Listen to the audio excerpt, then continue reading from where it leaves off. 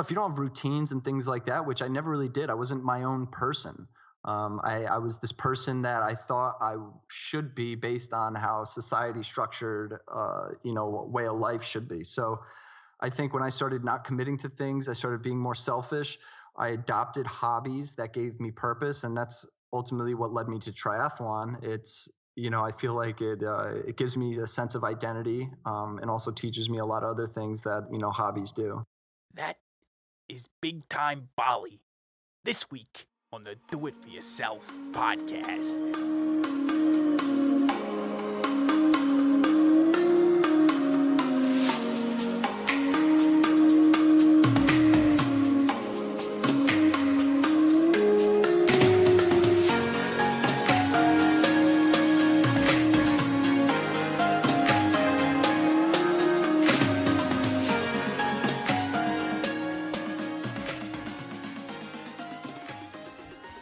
Hey, my friend, how's it going?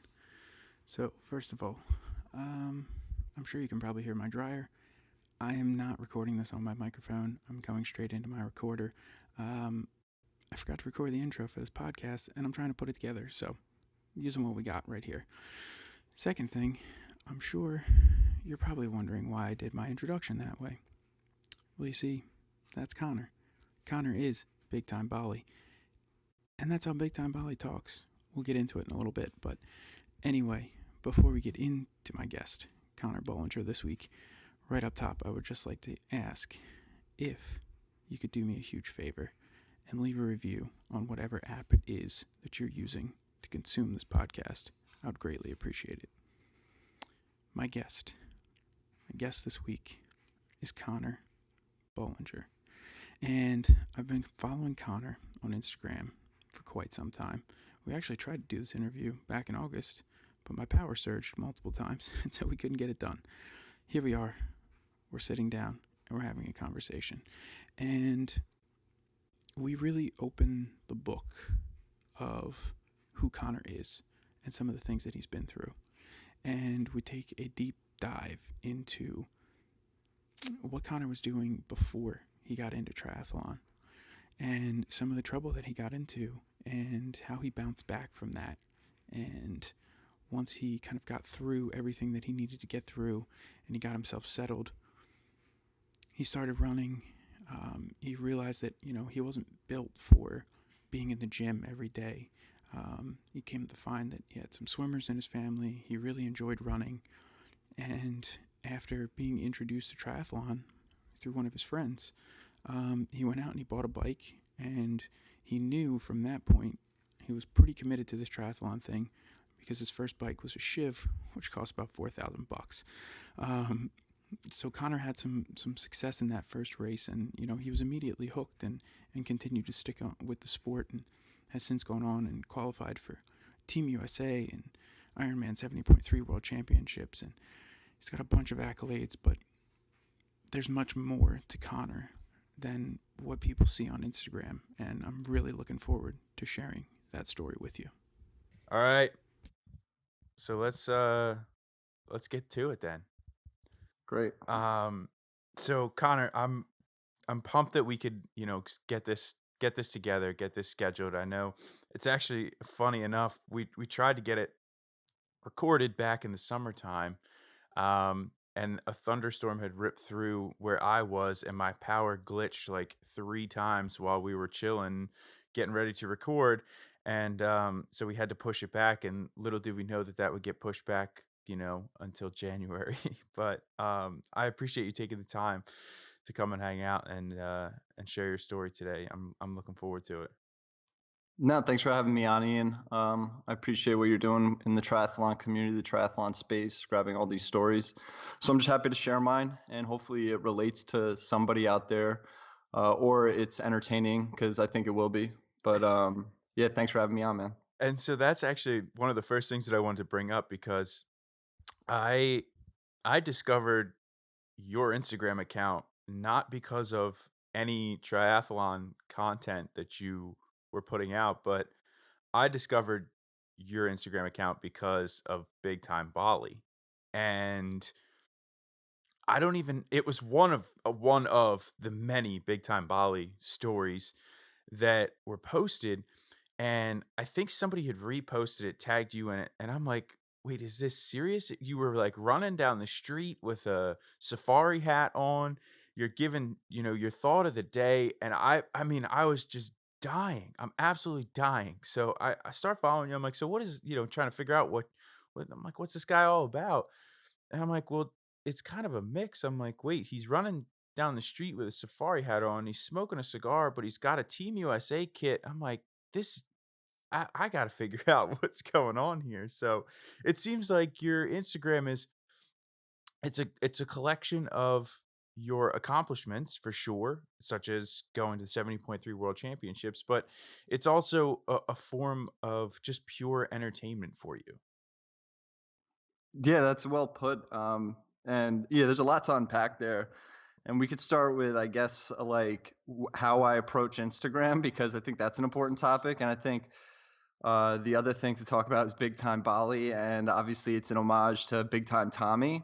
And let's start there, because it's funny. I grew up like in the suburbs of New York, for those of you that don't know, and it's like I grew up 60 miles north of New York City on a 360-acre farm. So you're like right outside the city, but it's like literally just farm country. But every one of our parents and most of like everyone we knew either grew up in the city and moved up north, or they live up north and work in the city. So that accent, like Big Time Tommy's accent, is something that like I grew up with, me and my brothers grew up with. We can do it all the time. And we speak to each other in that accent all the time as a joke. And when we discovered this guy, it was like we didn't even believe he existed, because we'll sit there and do those things all the time, like give like stupid motivational quotes like it's somebody from like the local diner or something. So we were blown away by this guy's existence, and I feel like I was training for that moment, my entire life, basically, that accent. Dude, and if you I mean, you have to go see, I didn't even realize when you were doing Big Time Bali, I didn't realize that Big Time Tommy was a thing up until probably, like, 6 months at least after I started following you. I think you tagged him in something, and I'm like, "Wait, so who's this guy?" So I start going on. This guy's got, like, hundreds of thousands of followers, and he's just a classic New York, like, he's got this raspy voice. Anyway, check him out if it's the I think it's just pure entertainment, and some of the stuff that he says actually is is pretty insightful, but it's just pure entertainment. Yeah, and I used to record like vines and stuff and send them to my brothers of like doing rants in that voice. Like I used to act like I was this like father of three from Long Island, and would like get really pumped up around the holidays and like say like what my day's gonna be. And I think, going into Instagram, why like I decided to do that is it came natural to me. Like the people that know me have seen me do that voice before, and they're like, dude, like you got to capitalize on this guy's like popularity at least. Like you should be putting out your own videos. And it really just came naturally. Like I didn't even think about anything. I had my friend sending me lines. He's like, yo, say this, or this is like another one liner you should use. So it wasn't all just me. My brothers, my friends, they give me recommendations on like what to post. But the thing about like Instagram is I think there's a lot of pressure on like consistency and like Mhm, content itself. mhm. So I was just doing it, and then once I like ran out of ideas, and I was kind of forcing expressions, that's when I like kind of just stopped. So now I'll just like do it if I think it's like, the time is right, or I got a really good like catchy phrase. Yeah, and I had to screen record it because I think it was definitely it's gotta be top 5. The one with the rooster where he said something about a rooster, that is all time. I think I sent it back to you actually at one point in time. That was definitely a top 5. Yeah, it was like you better keep pecking, or else you won't be the cock of the walk, or Yeah, something like something like that. that. Yeah, yeah. So I wanna, get back to growing up in, the suburbs of New York and during your childhood, um, you just spoke about your brothers there, but you were one of 9 boys growing up. So can you talk to me a little bit about what that was like? Yeah. So it was a mixed family. My parents separated when I was like 2.5. They had 4 boys. I was the youngest of those 4. My mom remarried. There was 2 boys there, and my dad remarried. There was 3 boys there. So the 5 step siblings, 3 full blood brothers, including me. That's 9. It was just, it was a lot of fun. I basically just known 2 Christmases, 2 holidays, going to my dad's on the weekends my whole life. And it was just always fun because change of scenery. I didn't get to see my dad a lot during the week. So like when I was with him, it was, good things like trips and things like that. So that was like fun. We would always go to like Monday Night Raw up in Albany, New York. Mhm. So like I saw Stone Cold bring out the beer truck and like douse Gold Dust in the beer that one night. So like I have really good childhood memories like growing up in that house and like just growing up on the farm. But like sports was just a huge thing. It was just always a standard. Like you didn't even ask questions. You played football, and then it was like baseball. And my dad was big into basketball, but like never forced to do anything. So I don't know. It was just good to be the youngest because you got exposed to so much so quick. Mhm. And then being the youngest and, obviously you're not one of the biggest guys either. A lot of those sports that you were playing through high school, they were all pretty high contact, right? Like you're playing football, you're playing lacrosse. Like what pulled you to go to those sports versus doing, swimming or soccer or some of the other sports that aren't as high contact?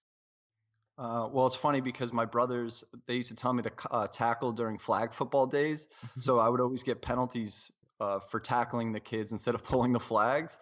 But football is a collision sport, and lacrosse is a contact sport. But yeah, there's some dark, serious times in football with like serious hits, but I don't know. You put your hard hat on, you like lower your shoulder, and you basically just like go to war every day. And I didn't lose. Sounds so freaking corny. I can't believe I'm going to say this. I didn't lose a high school football game unless it was in the playoffs. Like we were disgusting. Everyone went to go play college football basically my senior year. That was a senior except me. The team was just filthy, and there was just like it was that classic, we would draw 2,500 people to Friday night games. You wanted to be a part of that. And Mm. it was something like soccer, nothing else like provided. Football culture in my high school was huge. And then lacrosse, it was, for those of you that don't know, lacrosse is like really big in Florida, Maryland area, and Mhm. like Long Island and upstate New York. So where I was kind of in New York, where my hometown was positioned, was kind of like in a limbo area between like Long Island and upstate. So lacrosse didn't come around until I was like in 7th grade. Did we get our first varsity team? And if you were good enough, you played varsity as an 8th grader, just because there wasn't any like talent, let alone like that much knowledge in the area.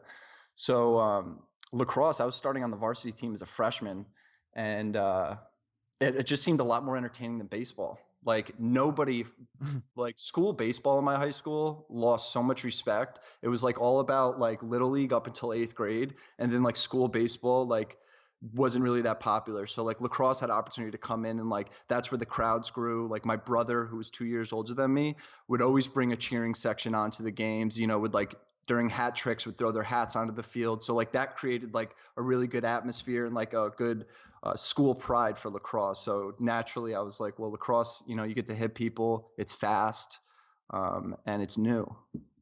Yeah, and I know, like, from so I'm south of where you are, where I grew up, and it was pretty much the same thing for us too. Lacrosse was kind of like a late bloomer, but it seemed like, it basically forced a lot of people to figure out, like, okay, am I going to play lacrosse or am I going to play baseball? Because it was, that spring sport. It was slowly picking up in popularity.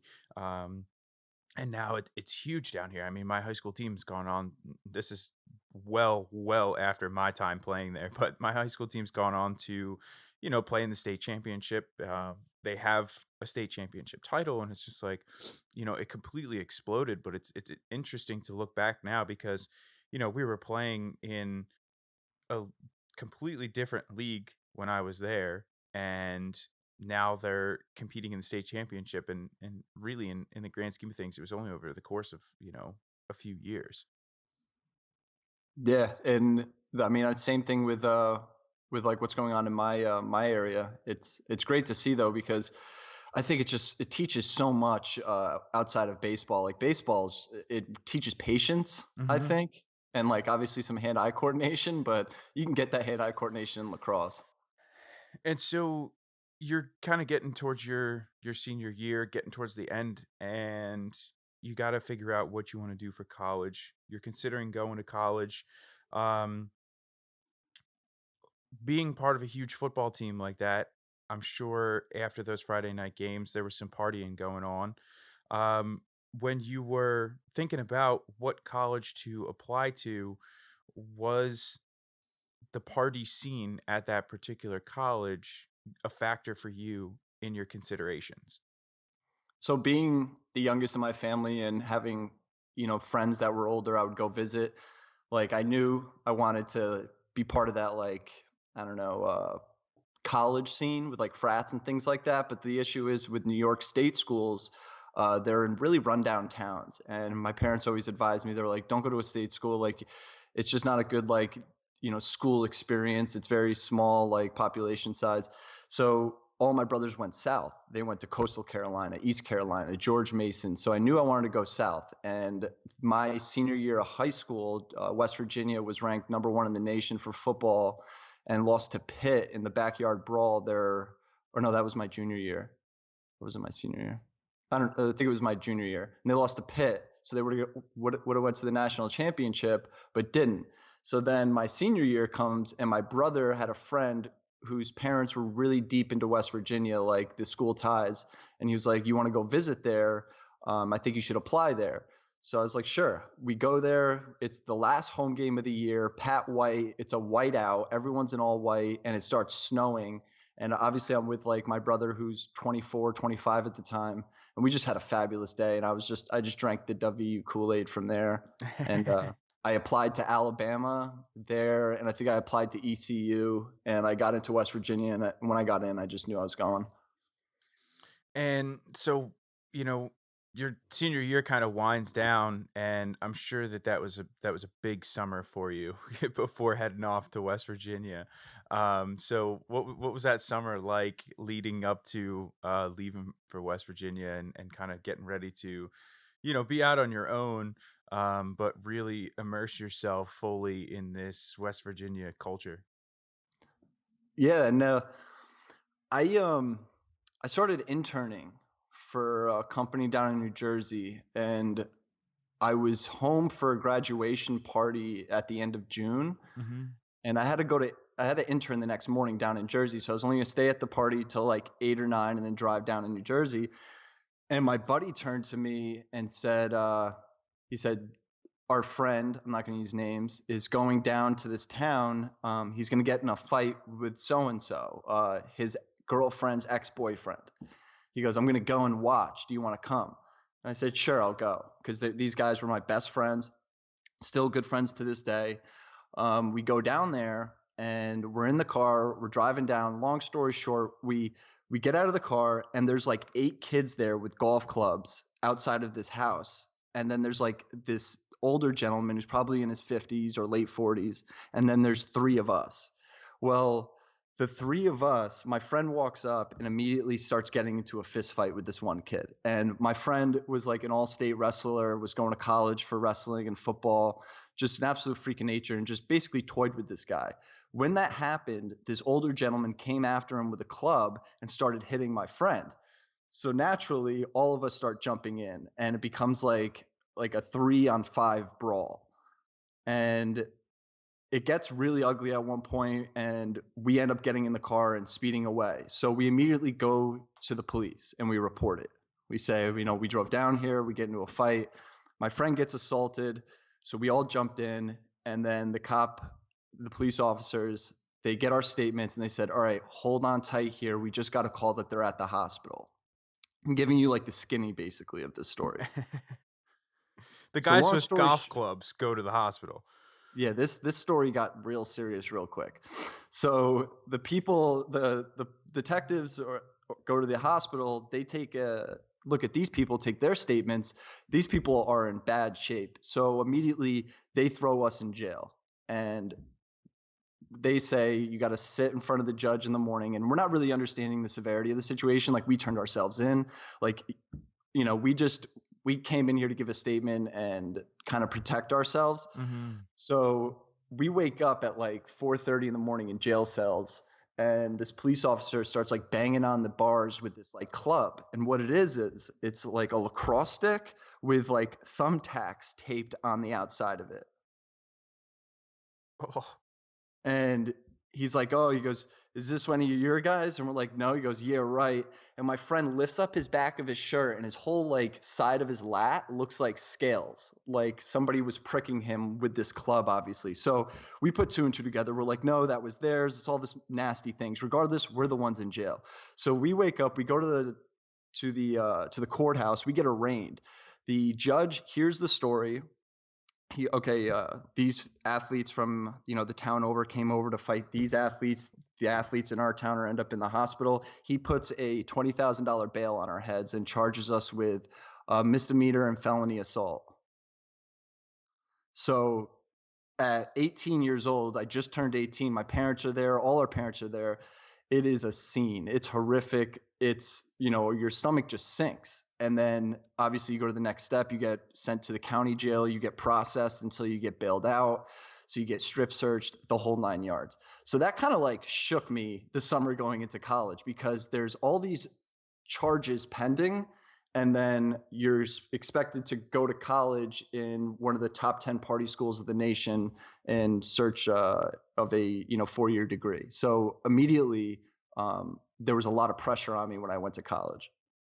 and I'm sure there's probably a lot of pressure to kind of like lay low for a little while. You don't want to be getting yourself into any sort of situations like this one again, which at a large school with a heavy party scene, it could be very easy to do. So I'm sure you had to lay low for a little while until this whole situation ended up getting cleaned up. Oh yeah, just always. It was like this anxiety I've never experienced. So at like March timeframe, March, February, I'm back at school, and we had a court date. And we knew this was going to get thrown out. We had really good lawyers, but regardless, like, my stepfather was a detective. Like, we just knew how this was going to play out. There was so many damning evidence that, so the old guy was the dude's father, and he came with like weapons and stuff. And it was an ugly look. Like, he made threatening voicemails to my friend we didn't know existed. So that came out. Like, it was insane situation. It was like bad, wrong place at the wrong time. So like March comes around, we had a court date. My best friend called me, one of the guys who got arrested with me, and I didn't need to be there because I was at school. I just needed like a written thing. And he calls me, he goes, dude, he goes, just got out of court. Everything's tossed out. All we have to do is like pay a $50 harassment charge, fine rather. And it's off our record. And I was like, oh, that's great. So immediately I'm just like, weight lifted off my chest. So then it's St. Patrick's Day at West Virginia. It's probably, a month, couple weeks go by. And I had friends who they were going away for the weekend. So they gave me their stash of weed. And at 4 a.m. on St. Patrick's Day, I'm playing video games in my dorm, and another mutual friend calls me. He says, hey, do you have so-and-so's, stash of weed? I said, yeah. He goes, can you run me down X amount? And I said, yeah. So at 4 a.m, I ran down. He's in the car. I just throw it in the car, run back up. It was freezing. Well, to my, like, little did I know, a detective a campus PD was following me back up to my room and knocks on my door as soon as I get back in my room. And she's like, she goes, what were you just down there with that car? She goes, how much weed did you buy? I said, I didn't buy any weed. And she goes, well, how much weed did you sell? I said, I didn't sell any weed. She goes, well, we're going to need a search warrant, and we're going to have to search your room. And I just immediately was like, oh my goodness. I was drunk as hell. I was playing video games at 4 a.m, St. Patrick's Day. Just got off like these charges. I knew it was happening because you know what happens at college when they say they're getting a search warrant. So what happens is they stand there and they wait to get a search warrant. You can't shut the door. You can't do anything. So it's either you let them come in or you wait a few hours and wait for them to get the search warrant. It's like a loophole. So I just said, all right, come in and search. I knew what they were going to find. I told them, I was like, it's right there in that bag. So long story short there, again, I find myself in front of a judge the next morning with a $20,000 bail attached to my name and intent to distribute and possession of marijuana. So that's in West Virginia. It was 2 felonies and 2 misdemeanors. There's like, these other charges of like within 1,000 feet of a school, like this and that. So making that phone call to my mother the second time was insane. And being in a West Virginia jail, let alone, was just a crazy experience. So long story short, you get a good lawyer and he kind of tells you what's going on. He says, this is going to plead out. You're going to basically plead guilty to like a fine. In like 3 years, it's going to be off your record. And that's basically what happened too. I told them, I said, this isn't mine. I ratted my friend out. I was facing felony charges. Nothing happened to my friend. I was kicked out of housing at West Virginia, which they almost kicked me out of school because the intent to distribute. But the thing is, like, none of the weed was bagged up.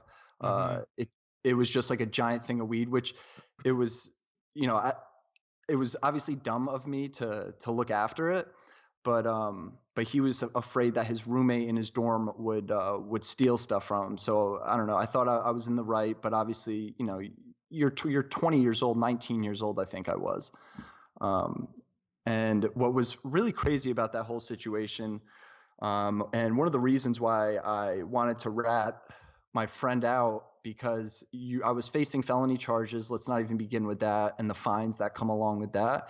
But getting kicked out of school, and what happened was I got kicked out of housing. So I moved into an apartment freshman year. And then I had to stand in front of the like ethics committee or the conduct board, whatever it is, and plead my case of why they shouldn't kick me out of school. And they were kicking so many people out of school for minor drug offenses that year. So I had to go plead my case, and I asked my lawyer to represent me there too, like kind of support me. And he told me, don't even go. He goes, if you get kicked out of school, you get kicked.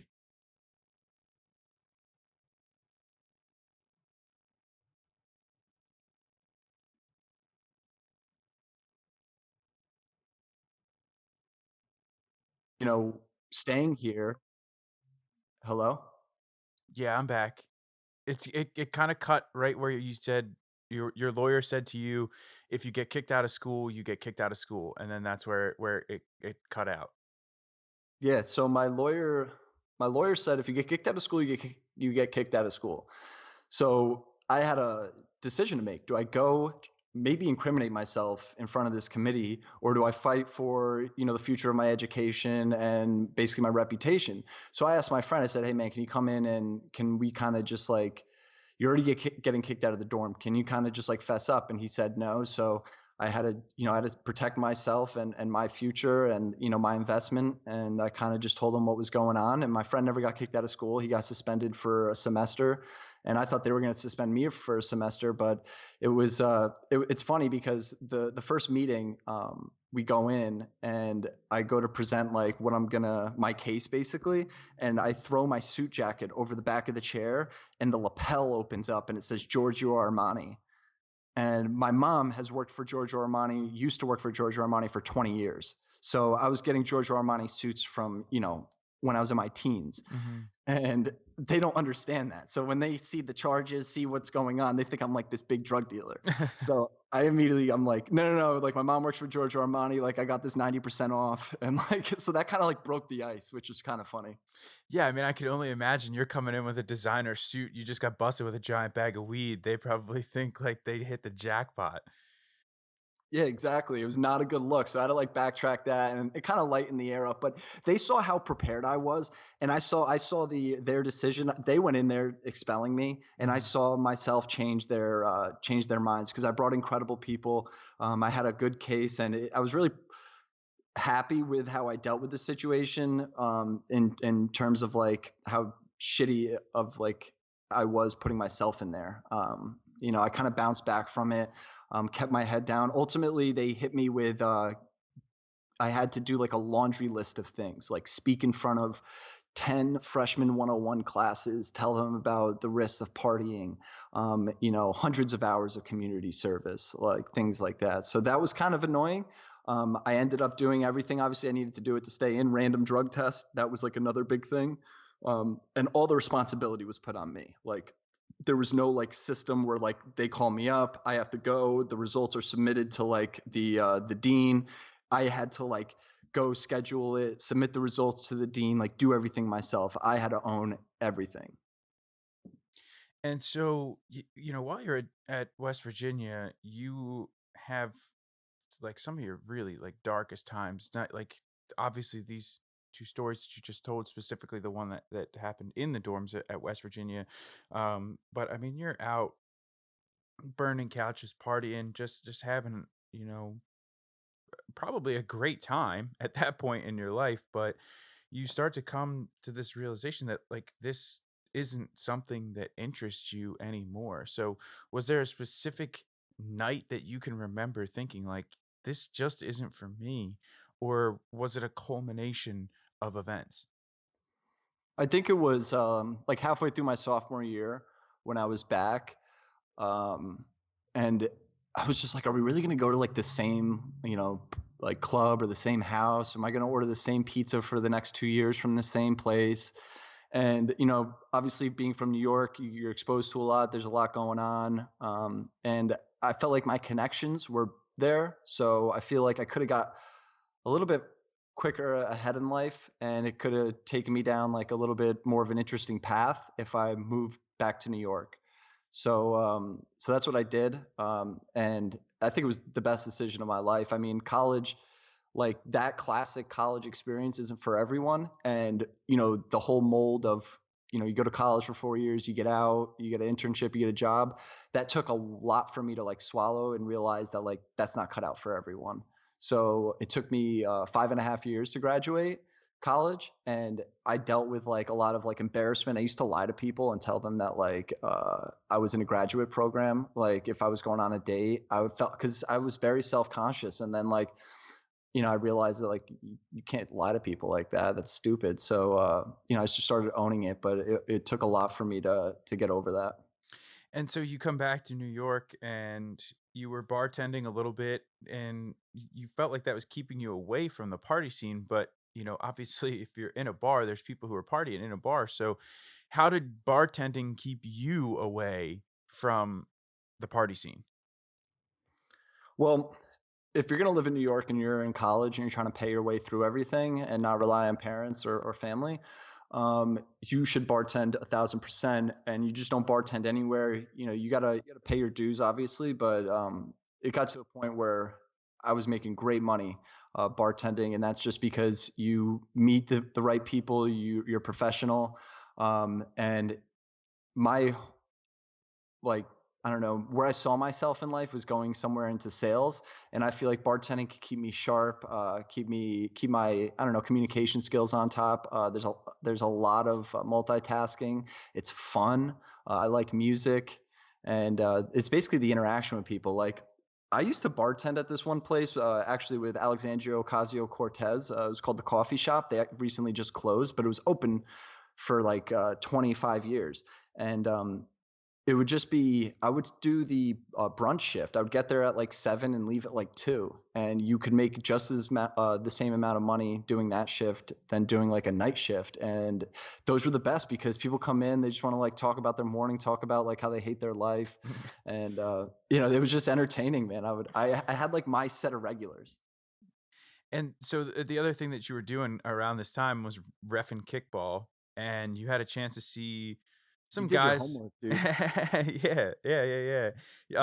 You had a chance to see some people that were like around your age, and they were making decisions that like didn't sit well with you, and it almost bothered you a little bit. But um, what changed in your mindset from West Virginia to this point? Because it seems like, before the party scene was something that you were, drawn towards. And now you're looking at these guys and you're thinking to yourself, like, what are you guys doing? Like, get your shit together, you know? And Well, that's sorry. no, go ahead. No, I think like when you get like thrown into jail twice and you're facing like 5 felonies and like a half a dozen misdemeanors before you turn 21, you really start to figure out like, what the hell, what kind of decisions put me in here? And you kind of know in the back of your head everything's going to be all right, and that's just because like, that's how the process is, and you just got to give it time. But I think in that situation with like dealing with the drunk, mid 20, late 20, early 30-year-olds that are wasted on like a Tuesday night playing kickball, at the time, yeah, it was, it seemed like they were just wasting time. I was like, you guys are doing the same stuff I was doing in college, and you're, in your late 20s. And maybe it was their opportunity to kind of relax. God knows what their life situation was, but it got ugly a few times, like refereeing those things. And especially when I started like getting into the nightclub scene and seeing the amount of money that was wasted there, was it just seemed like there was more to life rather than listening to David Guetta or like Calvin Harris. And nothing's wrong with them, don't get me wrong, but it seemed like a lot of wasted time. Yeah, I mean a lot of wasted money. Like I sat down and looked at what it costs to buy a bottle of vodka in a club versus going to the state-run liquor store and buying it yourself. It's like what's the markup's just there because the markup's there and they can do it, but it's one of those things that kind of makes you scratch your head. Like you're going out and doing that every weekend, every other weekend, like, but for what? Like what's the end game there? I think more importantly, like I wanted to get back to a headspace, because what I realized was after like going through both of those life altering moments of being arrested and facing the rest of your life behind bars essentially, or like stigmatized because you have a felony charge, um, was I got to focus on myself and like kind of I read a few books, self-help books, and one of the things that I noticed consistently in like a lot of like these motivational self-help things is like, stop committing to things, start focusing on yourself, start planning things, like write things down, like little things that you just don't really do. And if you don't like, I don't know, if you don't have routines and things like that, which I never really did, I wasn't my own person. I was this person that I thought I should be based on how society structured, way of life should be. So I think when I started not committing to things, I started being more selfish. I adopted hobbies that gave me purpose, and that's ultimately what led me to triathlon. It's I feel like it gives me a sense of identity, and also teaches me a lot of other things that hobbies do. And so that's actually what I wanted to kind of get into next, was how you got into triathlon, because you had a friend that was getting ready for Race Across America. And, you know, for those of you who don't know, the Race Across America is literally just that. It's a bike ride from coast to coast. And you were interested in this and you thought it was something that you could definitely get into. But when you were on the field, you weren't always the fastest guy. Like you weren't, super into running. So what piqued your interest about the endurance side and this, Race Across America specifically, that you were like, oh, I could definitely get into this? So, sorry to correct you, but it was the Ullman 4K for Cancer, which is the same concept, but it's not really a race, Okay. that he did. But it's, you ride from Baltimore to Santa Monica, Okay. and you raise money for the Ullman Cancer Fund. But no, so I was running, I would say like 6 miles a week. And I think I wanted to go back into a headspace, like I said before, that kind of reminded me of, being in high school, competing, feeling really good about myself. And that's what kind of led me into like getting back into the gym, weightlifting. But my body's, I'm not built for like, 200 pounds. My frame just isn't. So I was like, well, maybe I saw a TED talk on body sport specific identity, and it kind of just like started snowballing me into like basically my new life, which was, yeah, like, I have really large hands. I'm kind of lanky, wide shoulders. Maybe I'm like built to be a swimmer or a runner. And then I find out my dad was an all-state swimmer. My uncle was, and then I'm like, oh shit, maybe I've just been playing the wrong sports this whole life, my whole life. And that's what got me into like running and endurance. And I always felt like I could run forever, but I was never the fastest, like you said. So that's what sparked me into running. And then the cycling thing has always been on my mind. Just the whole mystique and the whole culture of cycling I really loved. And then when I saw my friend come back from riding a bike across country and then told me he was signed up for a triathlon, I was like, what the heck is that? So then I was like, this seems like something I could do, finish. And then I did it and I did well. And yeah, the rest is history.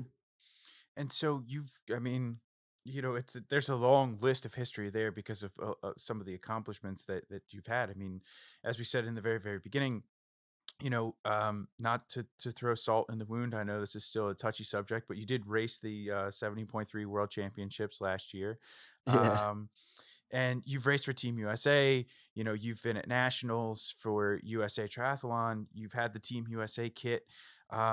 So once you got into the sport, what did you love about the sport that kept you coming back versus, okay, I did this triathlon, I had fun, but this isn't something that, I really want to get involved in. Well, I before my first triathlon, I bought a Shiv, so I kind of knew I was hooked from there. Um, so that's a $4,000 bike that I bought before. That was my first bike I ever bought. So I kind of knew I was in it for a while with that investment. But no, actually, what actually sparked a lot of my interest was triathletes looked better proportional, like muscle composition wise and body composition rather, than like runners, swimmers, and things like that. Like swimmers have like the big back, the big shoulders, small waist, like skinny legs. Like triathletes just look better put together. And that's just my opinion. So I was like, oh, it's probably more healthy for you.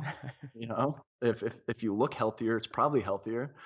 But I think triathlon's such a spectrum, and it's really good at like keeping you hungry when it comes to PRing a time, PRing a course, age group awards, overall awards, all world athlete, all American, 70.3 worlds, sprint worlds, age group worlds.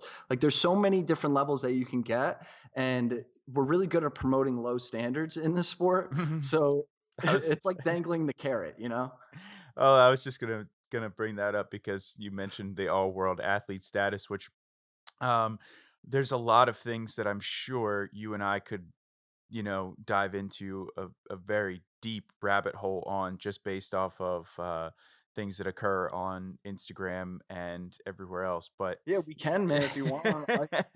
I'll vent.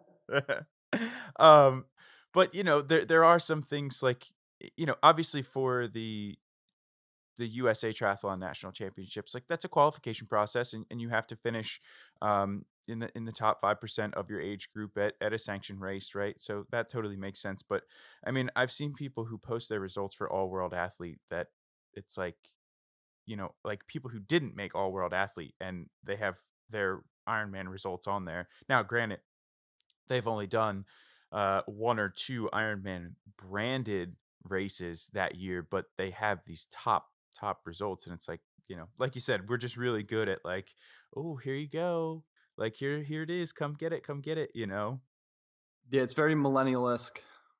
Yeah, yeah, oh, absolutely, absolutely. Um, so you get into the sport and you had a little bit of early success, but you're now traveling for work and you have a job that has you on well has you're on the road a pretty good amount and you're still training, you're still racing, um but you're competing at a top level in the sport here. So what does that balance look like for you, specifically when you're traveling and working quite a bit?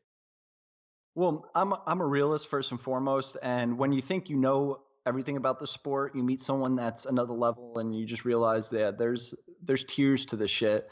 And I don't think I'm ever gonna say I'm an expert in triathlon, and I'm playing the slow game. Um, like I said, I came from no endurance background. I got to mold my body into being a triathlete if I want to take this to the next level. And on top of that, I also need to understand what's going on, like how can I commit to this and also secure my home life, secure my future, just in case this doesn't pan out, because I can't get to a point where I might be able to jump to be a pro and not be able to support that jump financially. And I can't be at a position that, okay, I can't be a pro. Oh shit, I don't have a job anymore. You know what I mean? So Mm-hmm. it's a lot of tug and war, but it's all about preparation. So what does that mean? It's knowing where the hell there's YMCA's, um, knowing what hotels have good treadmills, consistency in those hotels, like going to the same hotels, but also knowing what days that you can be on the bike is most importantly for me, just because I can't travel with a bike, and most hotel bikes aren't the regular spin bikes that you would get at a spin class. So that's actually like the most important thing, is when can I get my bikes in. And so before we started, you said this that you just finished your first bike of the day, and I know you've posted on Instagram about doing 2 a day bikes. Do you structure your schedule that way because of your travel? Yeah, thankfully lately I haven't been traveling that much. Um, uh, but like I'll try and travel on Mondays and either back Thursday or Friday. Long ride on the weekend. So ideally Mondays and either Thursdays or Fridays is when I'm gonna get a bike in. The two bike thing. So I mean, to touch on like programming and things like that, like I'm 5 weeks into a 16-week program, and the double bike is supposed to be on Wednesdays, and it's got a strength interval in the morning, followed by like long like race cadence, longer intervals, like 20-minute intervals in the afternoon. And that's just a cheeky way to get in like another 3-hour ride. So you add that with like a weekend ride, there's 6 hours right there, and then you toss in like a shorter interval during the week, and those are three solid bikes, or four solid bikes rather, right there. So I think that's a good little week of cycling. So let's say Monday I do a double bike, and then I do an easy ride on Thursday or Friday. When I say easy, it's like an hour of intervals, Hmm. and then a long ride on Saturday or Sunday. And that's just what works well with your schedule. Yeah, exactly. Because then I could just like hammer the runs during the week, and I do a long run on Sunday, and the short interval strength workout that I do like to do on Mondays is enough to wake your legs up after that, pounding that you'll take on the long run on Sundays. And then I'll actually turn that usually right into a brick if it's like a short interval Monday. I'll get off and run like 20 minutes, but if it's a double bike, then same old. Yeah, you hit the double bike, and